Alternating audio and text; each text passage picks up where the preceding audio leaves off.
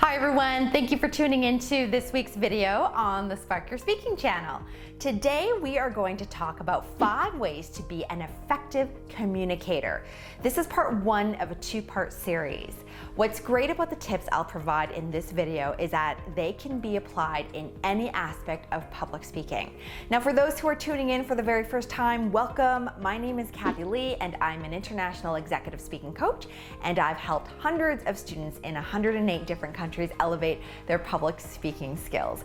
If you want to improve your speaking and or communication skills, remember to hit the red subscribe button below this video so that you don't miss out on our weekly public speaking videos. Okay, let's get started. Again, we are going to talk about ways to be an effective communicator. I specifically teach these tips to students who are entrepreneurs, but again, these skills can be applied in any scenario. My philosophy around a successful interaction, whether that be a business interaction, a personal one with friends or family, or between a student and teacher, colleagues, or boss and employee, is effective communication skills. Bad communication skills can be the reason these interactions aren't as strong or that they fall apart altogether.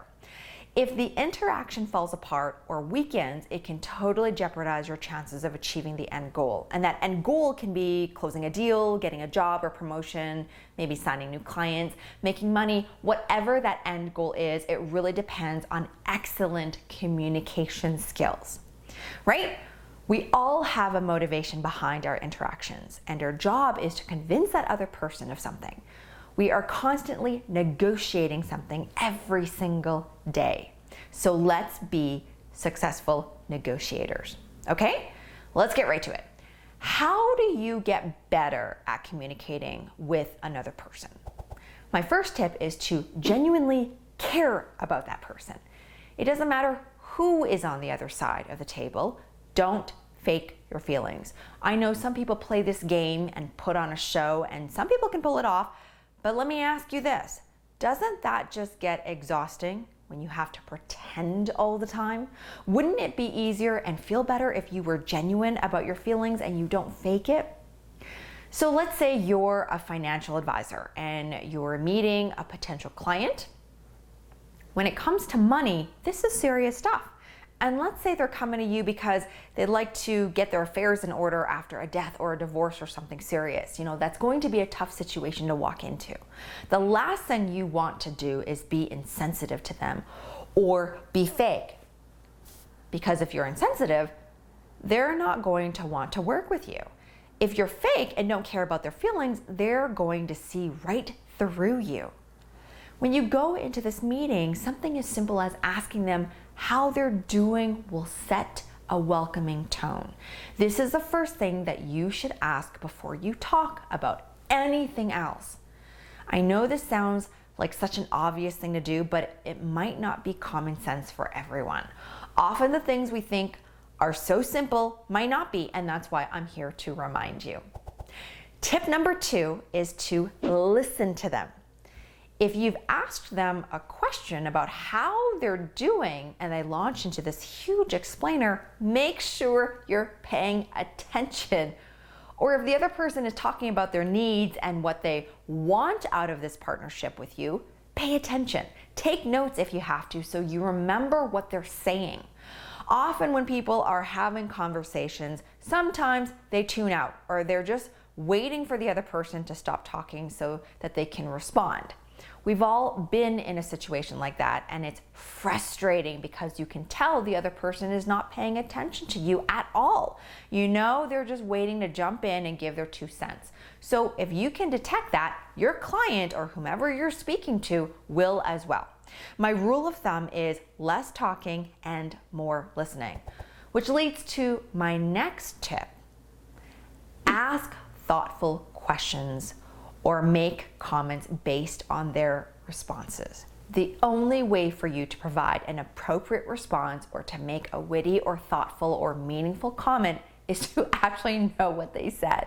If you haven't been paying attention, then the conversation becomes one-sided. So make sure you are listening so that you can engage in the conversation both ways. Remember, it's a two-way street. Also, by engaging this way, this really helps to be relatable to the other person. When you're meeting clients for the first time, it's incredibly important to build bridges to them. If you are following up with a client, this is a great way to maintain that relatability.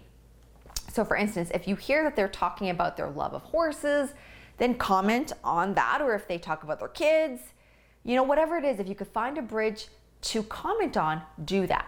Again, remember, a good conversation is a two-way street. It goes both ways. However, keep in mind that this shouldn't lead to a dominant conversation about yourself.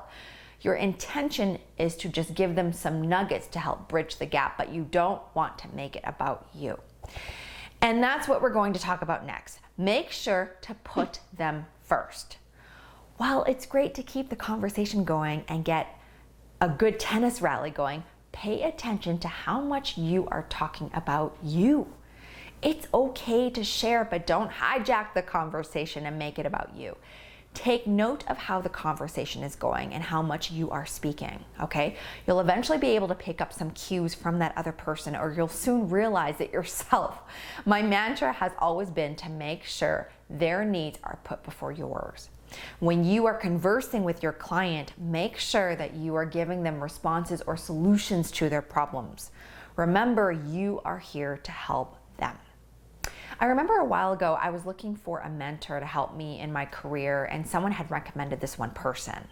And this person was very well respected and was very good at their craft. I mean, I was lucky enough to get a meeting with them, and the meeting was great, but I realized that this individual spoke more about themselves than anything in that meeting. In fact, there was hardly any back and forth, as it was more them talking about them, okay? And I realized they didn't care so much to know about what my accomplishments were, or what my future goals were, or how they could help me, and it was incredibly frustrating.